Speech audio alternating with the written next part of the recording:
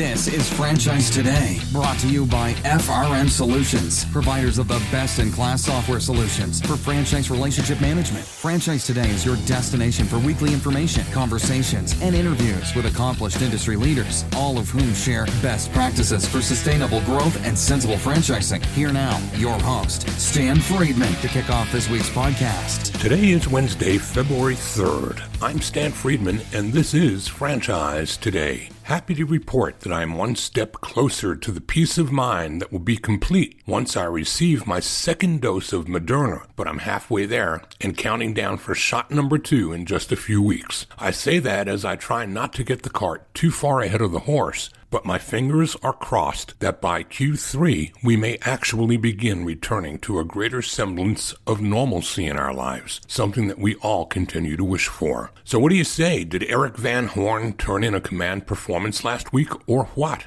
I hope to do the same for him later today, as I'll be appearing on his podcast, Franchise Secrets, where for a change, I'll be the guest as opposed to the interviewer. Eric really had a lot to share, and from so many perspectives of franchise experience. In his young life, he has already checked off lots of buckets. He's been a highly successful multi-unit franchisee, an area developer, a broker, consultant, a creator, and facilitator of mastermind groups for highly successful and engaged franchisees, and now stepping up to his next chapter in life as a franchisor, partnering with a couple of other highly respected franchise veterans, Zach Butler and Josh Skolnick, as they all partner with veteran roofer John Sabo and bring Mighty Dog Roofing to market as a home service franchise brand. And speaking of success stories, this week we're joined by another fascinating entrepreneur, one that has also enjoyed phenomenal success in the growth and development of her brand. It's a great story of grit, determination, passion, and moxie that has propelled Gina Rivera and Phenix Salon Suites to nearly 300 units and steady, healthy growth through the years. When we return from a quick time out, Gina Rivera will join us with her great story as Franchise Today continues. Franchise Today will be right back, but first, a word from our sponsors.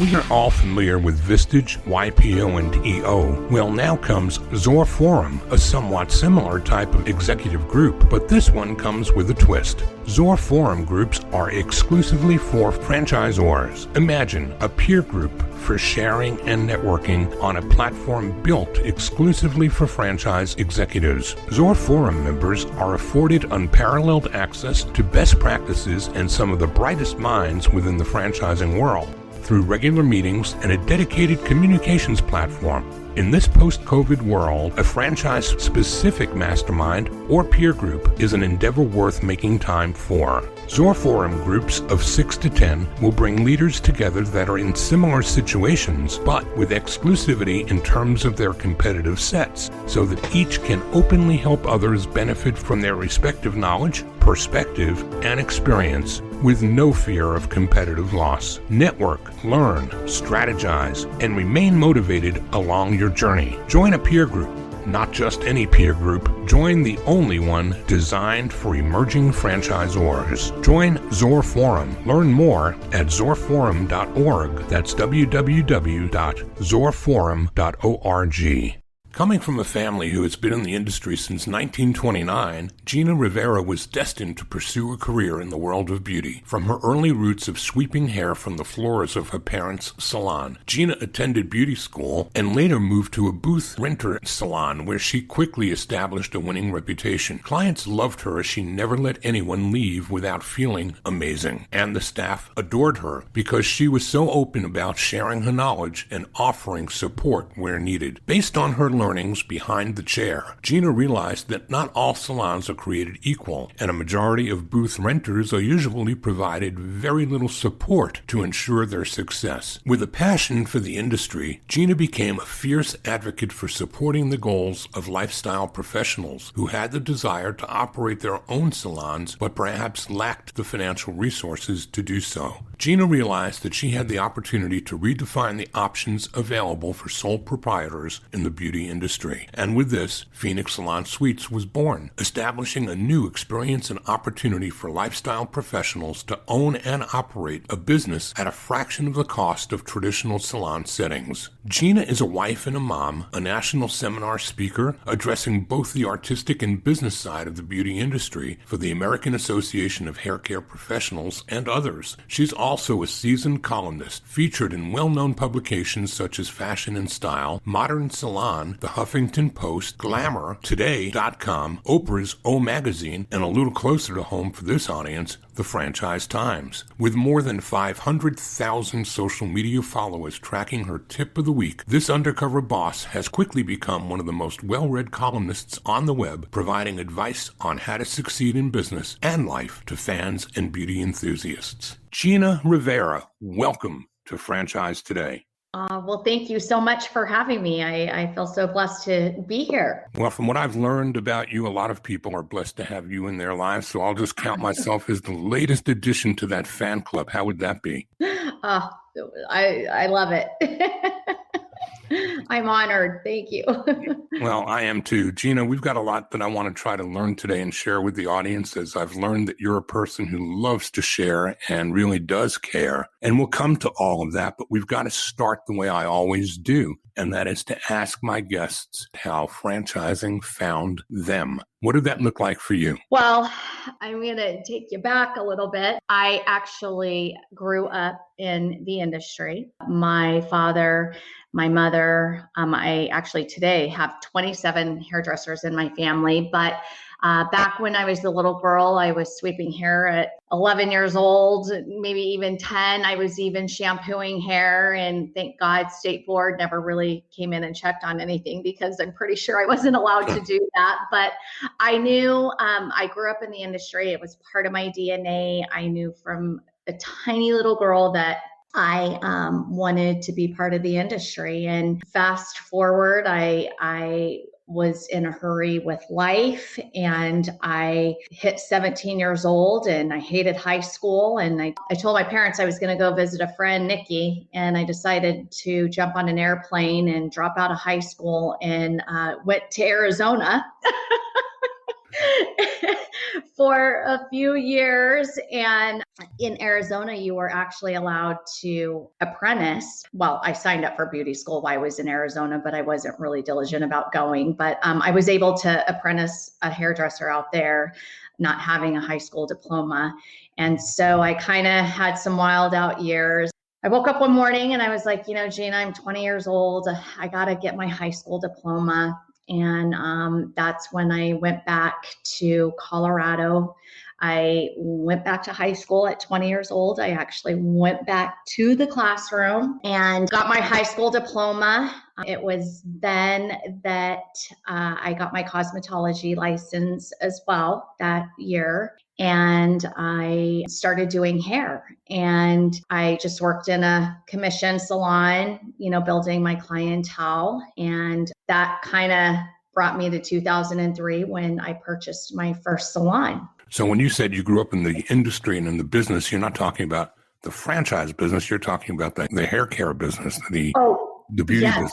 Absolutely. I knew nothing of franchising. Yeah. All I knew was I was around my dad, who made his clients beautiful, and my mom, who did nails and hair. And, I just was behind the chair. I was a stylist myself, and really hair, it was my first love. I had no business background. For goodness sake, I dropped out of high school. And so I just had a passion for hair. And so it was when I bought my first salon in 2003, which I actually named it after your son. Phenix. Yes, I did. And how that story is interesting, how that came about. I always say Phenix Salon Suites was born when Phenix was born, because at the time I was just doing hair when I was pregnant with him. I was doing hair. I was in a regular salon. I was running a chair. So I still had an owner, and not really a boss, but someone that still had control over everything. And I was running a chair. and rent was due every Saturday. And I had went into labor with my son, Phenix, almost 3 weeks early. And so I went into the hospital. I had Phenix. I wasn't there that Saturday. So my boss had called me. And of course, she got Jason on the phone, my husband, and she said, hey, how's Gina? Is she okay? And he said, well, actually, she just had her son, Phenix. And she said, oh, tell her congratulations. But, if she wants to keep her chair, somebody's going to have to run the rent check down in the next hour before I leave. And I looked at my husband at that moment, Jason, and I said, you know what? I'm done. I am so done with it always being about the owner. It's never about the lifestyle professional, the stylist, and their needs and their wants. And I'm done, and I'm not going back. And so it was then that I purchased my first salon in 2003 and named it Phenix. It was just an open concept salon. I had girls that just rented chairs, and I was behind a chair myself. And I started to find it kind of challenging doing hair, yet running the salon, taking care of the other stylist, what have you. I found it really challenging. And I kind of was at a point where I was getting a little bit discouraged. And I came home and I told Jason, and he said, why don't you just sell it, have a baby, and just want to do hair? Well, it was about that time that I found a space that was in the same strip mall that I was in, my salon. And it was about 4,500 square feet. And I remembered as a very young girl, before my dad had his salon, my mother worked in this salon and she had her own room. And it was decorated how she liked, and she played her own music. And I can remember a little girl like twirling in front of the mirror, pretending like it was my salon. And when the space came available, I went back and I was like, that's what I want to do. So I ran home and I said, Jason, I found this spot. It's 4,500 square feet. I want to build little mini salons inside. Well, he was like, Gina, that's the dumbest idea. And I'm like, no, I swear. So in 2007, I built 22 suites and got it filled right away. Before I even opened, I was on a waiting list. And so in 2008, I decided to do a second location. So I got even crazier. This one was 37 suites, so it was much bigger. And the housing crisis hit in 2008. And I thought I was just going to lose everything. I mean, I wasn't one that came from a lot of money. I didn't have a business background. I just had this love and passion for what I did. And I saw what it was doing to lifestyle professionals' lives, having their own little business. And so when I started losing lines of credit and what have you during that housing crisis, I was just like, oh my gosh, but I still filled up my location. And it was at that moment that I came home and I was like, Jason, he had a marketing degree, he had his own company, and he had been dealing with franchisors in the franchise world. And so I said, Jason, I mean, it's the housing crisis. We still filled this place. Is there any way I could just beg you to sell your company and come over? Because I want to be behind the chair still. I want to do hair, but I want to grow it.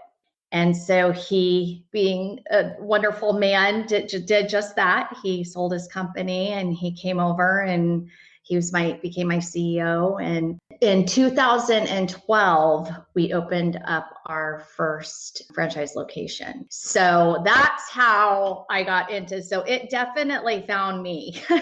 What was the inspiration to take this concept and turn it into the business of licensing or giving space to practitioners?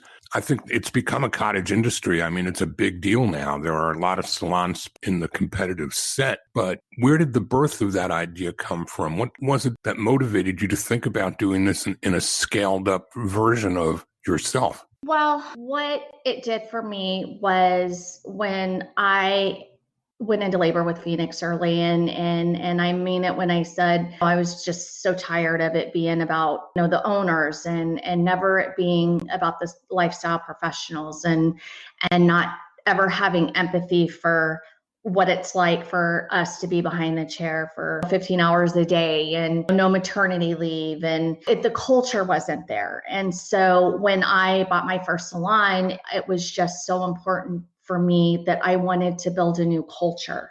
And I wanted it to change. I wanted it to start being about the salon professional, the lifestyle professional. And I have such empathy for lifestyle professionals because I am one, that when I was able to give them the opportunity to own and operate their own salon. I mean, I can't even tell you, I get emotional just what that does for them. Like, you just liberated them, and what you've done, you've changed their life. And so that was my motivation, was walking in and seeing lifestyle professionals that are decorating their own suite, and finally they own their own business and they have control, and they're sitting there in tears and parents are hugging them. And I'll never forget, I have a story of a gal that rented a suite for me, and it was in our second location. And I'll never forget, I was sitting there, it was moving day, we had opened, everybody was moving in and moving all their stuff in, and there was just all this hustle and bustle and excitement and ladders and paint. And I mean, it was just the greatest scene in the world. And I'll never forget, I was walking down the hall, and one of the stylists was in her suite with her mom and dad, and her dad was sitting there, and they were both hugging and crying. And he said, I never thought in my life I would ever see anybody in our family own their own business. And for me, that was like, it was just my ticket to go. Like, it just warmed my heart, and that's what motivated me. So how does this work for the professional practitioners? Do they pay you just a flat monthly fee and they keep all of their earnings, or do they pay a percentage of earnings? How does that look? So each location has individual suites. So lifestyle professionals, anywhere from hairstylists to barbers to tattoo artists. Now we're even moving into the kind of the wellness, Botox, estheticians. I mean, just anybody in the health, beauty, chiropractors. We even have teeth whitening, what have you. Anybody in the wellness, health and beauty and wellness. What they do is they rent their suite, which is a weekly rent, but yet they have their own door, their own keys, their own four walls. They can decorate however they want. They can work their own hours. They have access to the building 24/7. So they own their own business. So they just pay a weekly rent. But to answer your question, yes, everything they make, they keep. So it's like a WeWork, but it's a specialized WeWork. It's for professional services. Instead of renting an office space in a shared community, you're still in a shared community. And I'll just bet that all of these different people who rent their spaces are marketing and cross-promoting like crazy with one another, aren't they? Oh, yeah, for sure.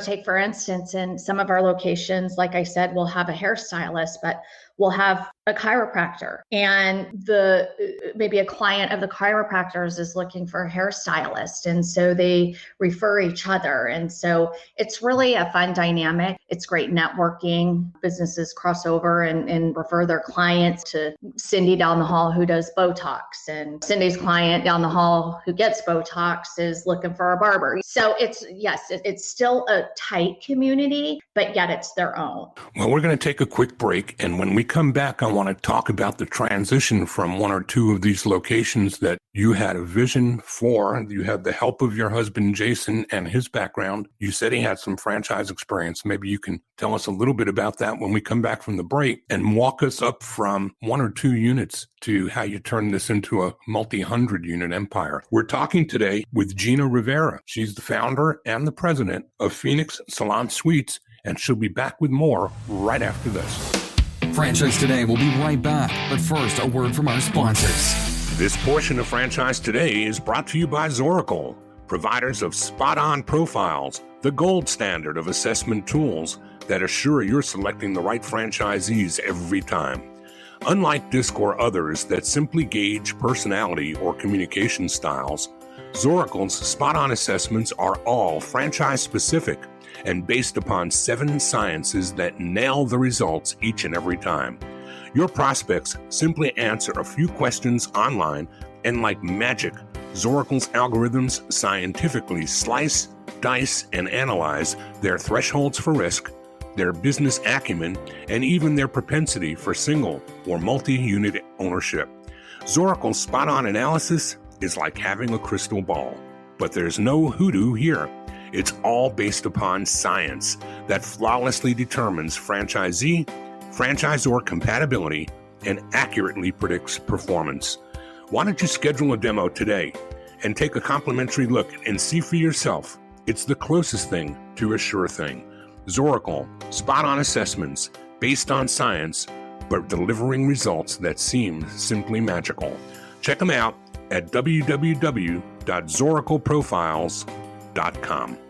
And the conversation continues with Gina Rivera, who's just making it sound oh so simple that she with practically no experience in business of any kind has become the franchisor of Phenix Salon Suites with more than 200 units around the country and growing exponentially, soon to be international as well. Gina, what did you draw on to learn about franchising? It's not an easy business model, and we both know that it's not as easy to scale a business as it is to operate one. So what did you do to draw on experience, and how much of that was Jason able to help you with from whatever he might have been doing before? Right. Well, so he had a degree in marketing. He actually, let me a little bit of his background. We met because he grew up in the DC area, Washington, DC area, but he actually came to Colorado because he was at the Olympic Training Center. He was an athlete there in the sport of judo.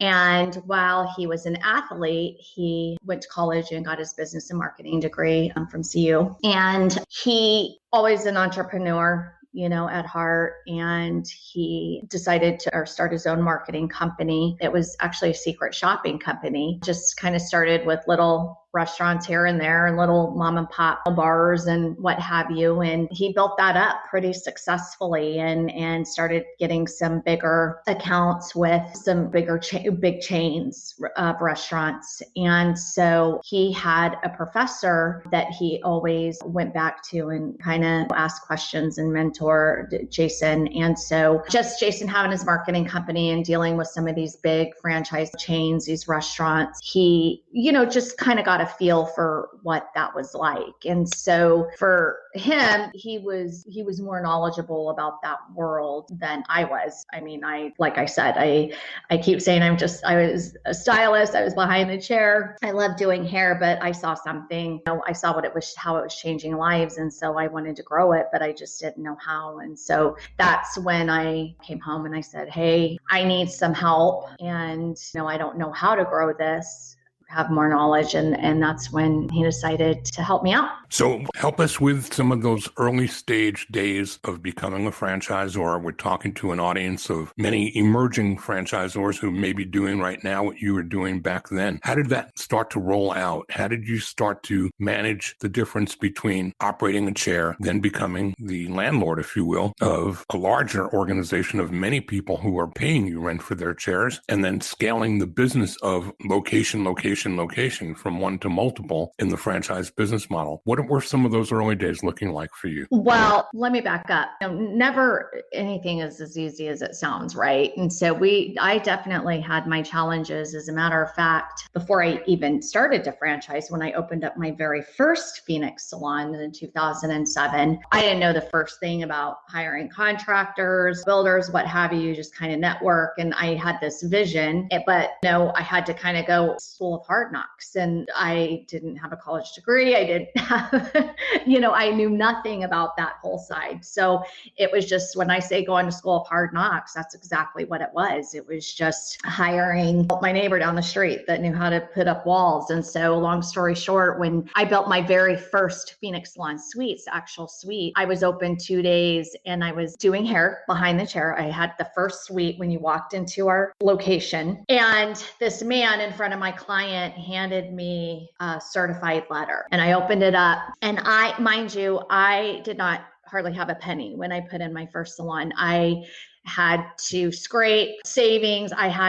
When I say that we were down to nothing, like it was either going to work or it wasn't. And so I didn't have anything to lose at the time, and nor did Jason. And we had this new baby, and I get these certified papers, and our contractor didn't pay us up. So I was being sued by every person that put a finger on anything that had to do with that salon. So got into a lawsuit for 3 years. I made over $150,000 in mistakes. I thought white carpet would be beautiful. And so I put in this white carpet. Well, it looked a mess in 2 days. So I had to rip that out. I put in a 110-foot waterfall because I loved water and that never worked. And so I made $150,000 worth of mistakes and I was in a lawsuit. But we got through that. And so I learned a lot. And I'm thankful for that time now, looking back, because it does teach you a lot. You do learn from your mistakes and you get wiser and as you go along. And so by the time that I was ready to franchise, I knew the concept was going to work because I thought if I can fill a location of 37 suites during a housing crisis, then this is good. And so I just kept the vision and the mission and the culture and my love and passion and rolled up our sleeves, and I brought Jason on. And I will tell you, I was always very open-minded, and it was important for me to surround myself with people that could help me grow. And I think sometimes when we kind of have this idea and we're entrepreneurs and we want to go and put this in, that I think that we all feel like we always have to know everything. And I found out early on that it was okay not to know everything. How to grow is how to be able and be humble and be open and go out there and find those mentors or those people that know something that you might be weak in. And so early on, as I grew the executive team part of it, I was just very diligent in bringing people on that added complete value with their thoughts, their visions, their ideas to help grow. You know, it's kind of funny that I talk to a lot of franchisors, and I've learned through my interviews over the years that I find two kinds of really successful franchisors. One bucket would be those who are extremely educated and they are engineers and they've made a life of dotting I's, crossing T's, and everything systematized from day one. And then the other bucket are people like you and me. And that's the people who have all the spirit and all the heart. You called it the School of Hard Knocks. I call mine the School of Lifelong Learning. I, too, never finished college, but I profess to have a PhD. My PhD is an acronym for a people handling degree. And I sense that you've got one of those, too. Yes, mine is not paper. Mine is hugs, putting smiles on people's faces. It's don't do as I did. Just but I get a sense that you're a pay it forward person. So when people come into your business, it would seem to me that they're coming into a culture as well as a business model that enables them to benefit from the experiences that you're providing for them, and the merit of all of the mistakes you made is an opportunity for them to be saved from some of that. And I think too that I think of my early days in franchising when I was in real estate franchising. I'm kind of reminded here of the early days of a RE/MAX kind of a concept where better qualified agents would pay to have their space but not have to share their commissions. Isn't this kind of similar to that? Yes, 100%. So what's the future look like, and who is it that is best qualified to come into your world? How do you pre-qualify people for chairs as well as for franchises, and what's the magical ingredient that says this person's got the right stuff? Yeah. Well, a couple things on the lifestyle professional side. Typically, usually, you will have one come out of the woodwork that doesn't have a book of business, but typically, 99% of the time, lifestyle professionals, by the time they come into a Phenix and open up a suite, they have a good book of business. They're established. Not to say that I haven't had professionals come right out of school and, you just get that one that is a go-getter and I'm going to make this work, and they do it. So that side of it, they have a pretty good book of business and pretty established. So that says a lot. And then on our side, again, it's just about executives that people like from real estate to construction to operations. I have a phenomenal team that I can't be more proud of, that are just amazing at their areas that they live in. And that is huge, to surround yourself with a good team always. And we're continuing to grow. I'm just on the verge of crossing 300 locations in the US. We are just getting ready to go into the UK, and we're growing rapidly. And I have to tell you, even during this pandemic, we really never had a store close. We're still opening stores. Our interest in suites has gone up since the pandemic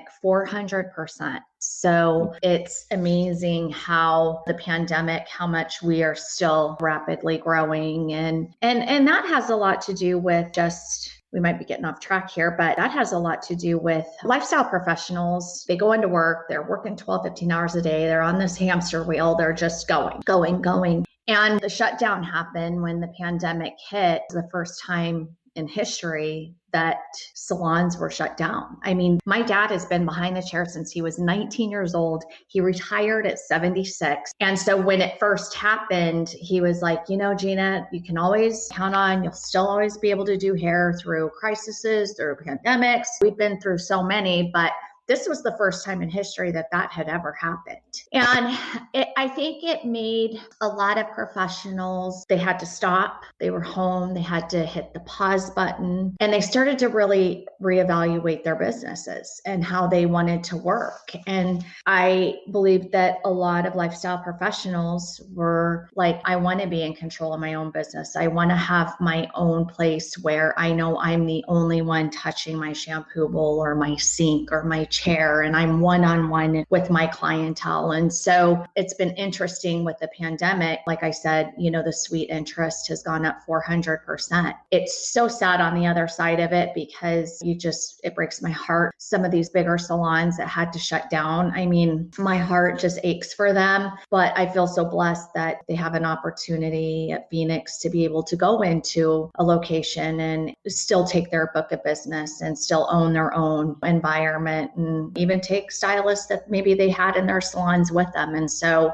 it's all about getting through it together, but we're still growing. And that's phenomenal. Let's talk a bit about how you're growing. Are you doing multi-unit, or are you doing single unit operators, or are you doing territories? How does the franchise development program work with Phenix? Right. So we don't really do territories. We have some franchisees that are multi-unit. We have some that just have one. We're not a one size fits all. So we just kind of customize and just really, we're here, we're Phenix. We are who we are. When you become a franchisee, you are part of our family. And, we're just here to help you as a franchisee fit your needs, what's going to be best for you. So we do have some franchisees that we have a franchisee that he's opened up several locations. And then we have just franchisees that just have one store. And so to answer your question, we're just kind of not a one size fits all. Do you use brokers at all? Yeah, so we do. Yeah, we definitely get some leads, and we've gotten an uptick in leads too, as far as franchises during the pandemic. As a matter of fact, we sold 60 new franchise licensees in 2020. So the level of interest is huge. Believe it or not, a lot of our stores that are already open, they were actually, one case in point, early on, we had a national director of construction, and he would build these, and he saw what it was doing to the lifestyle professionals and the tears and the, oh my God, I have my own business, and the excitement that he was like, I want to be part of it. And so he actually started his own stores. And God, I don't even want to misquote, but he's up to quite a few stores. And so a lot of our executive team that we have, they actually became franchisees because they just loved to see what it was doing to the lifestyle professionals, the culture that we had, the family who Jason and myself are, and they really wanted to be a part of it. So a lot of our growth in the beginning was just word of mouth. Well, they say that there's no better testimonial than an existing franchisee coming back for a second or a third. Second to that, I would suggest that the best referral, the best way to prove up the value of your concept is when somebody who's on corporate says, I'm jumping in and buying. I mean, they're on the inside. They know what's going on. Yeah. And if they see that as a viable opportunity, that speaks volumes. What about the common traits of franchisees? What do you look for people to bring with them? That you can train up the skills or the things that they have to learn, but what are the attributes that you've got to see in somebody when you bring them into your concept as a franchisee? Well, I never count anybody out. I try not to prejudge or qualify, because a lot of people probably didn't think that I finished high school, and now I have over 300 locations and, ranked 64th in Entrepreneur Magazine. But when we meet them, I love to meet all of our franchisees personally before they even sign on the dotted line. They'll get to sit down. Now it's Zoom, but we all sit down and kind of let you get to know who we are and who I am and our background and our mission and our vision and what have you. But we have all walks of life, and we have business owners, we have police officers, we have people that were in the tile business. So we have all walks of life that are franchisees, that really all have somebody that really embraces our culture. It's our baby's name, Phenix, that's on everything, and the culture. And we want them to embrace my heritage and family and the legacy. I mean, my heritage goes back to 1929, and I have 27 hairdressers in my family. And so there's a long line and a big heritage that I guess we look for just people that are just open-minded and just really want to get in the business of changing lives, because that's what they're doing. So you actually boast being one of the highest rated episodes of Undercover Boss. I'm curious what lessons came out of that for you. Were there any surprises? Did you learn anything that surprised you to find out by doing the Undercover Boss? Well, I always say that's a different discussion for a different day over a lot of wine.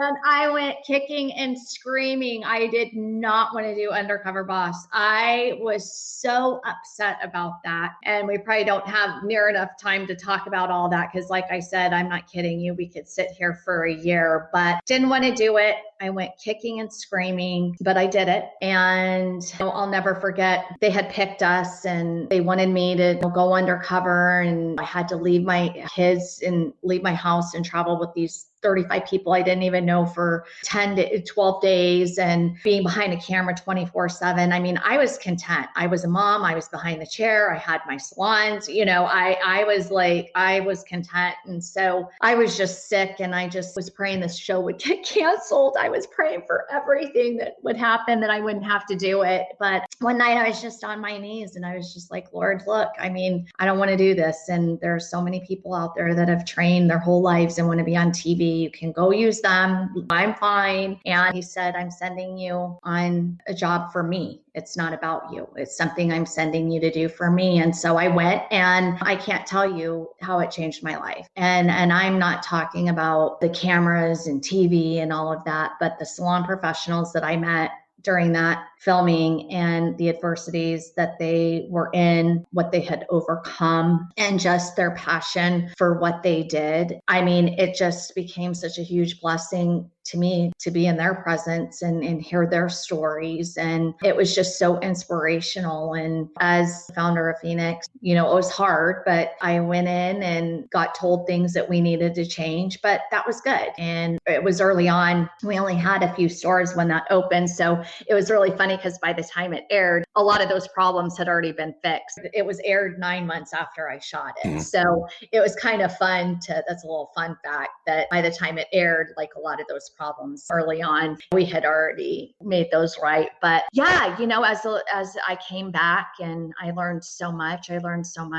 What I needed to do better, how to make a better environment for these lifestyle professionals. I watched how CBS ran their team and what an inspiration they were and how they ran things. So I definitely came home with a bigger sight for running a tighter ship as far as with my executive team. And then, of course, the marketing piece. I mean, who knew that it would become the most popular episode, but it did. But that obviously, branding wise, just really catapulted Phenix. Gina, we're coming around the final turn. At this point, I've got to ask you, is there anything that I didn't ask you today that you might wish I did? No, what we talked about is what we were supposed to talk about. How about you?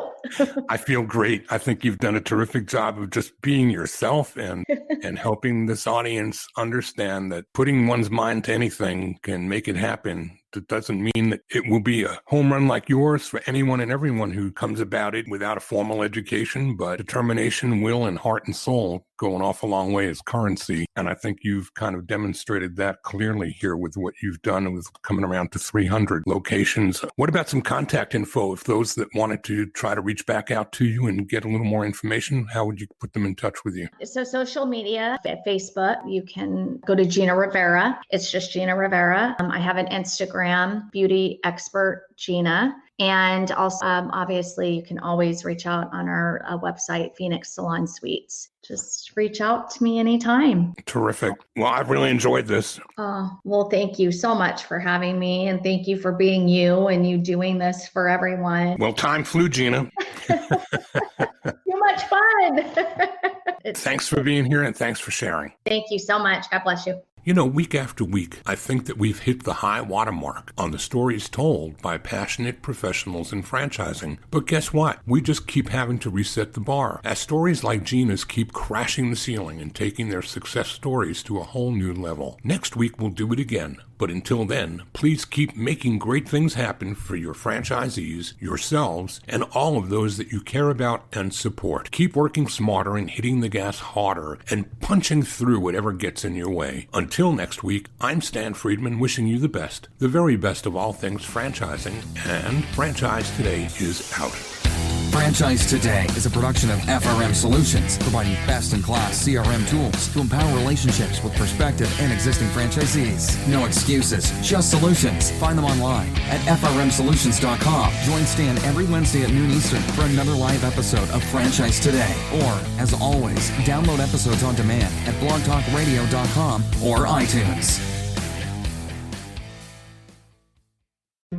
When you're part of a military family, you understand sacrifice and support. So at American Public University, we honor your dedication by extending our military tuition savings to your extended family. Parents, spouses, legal partners, siblings, and dependents all qualify for APU's preferred military rate of just $250 per credit hour for undergraduate and master's level programs.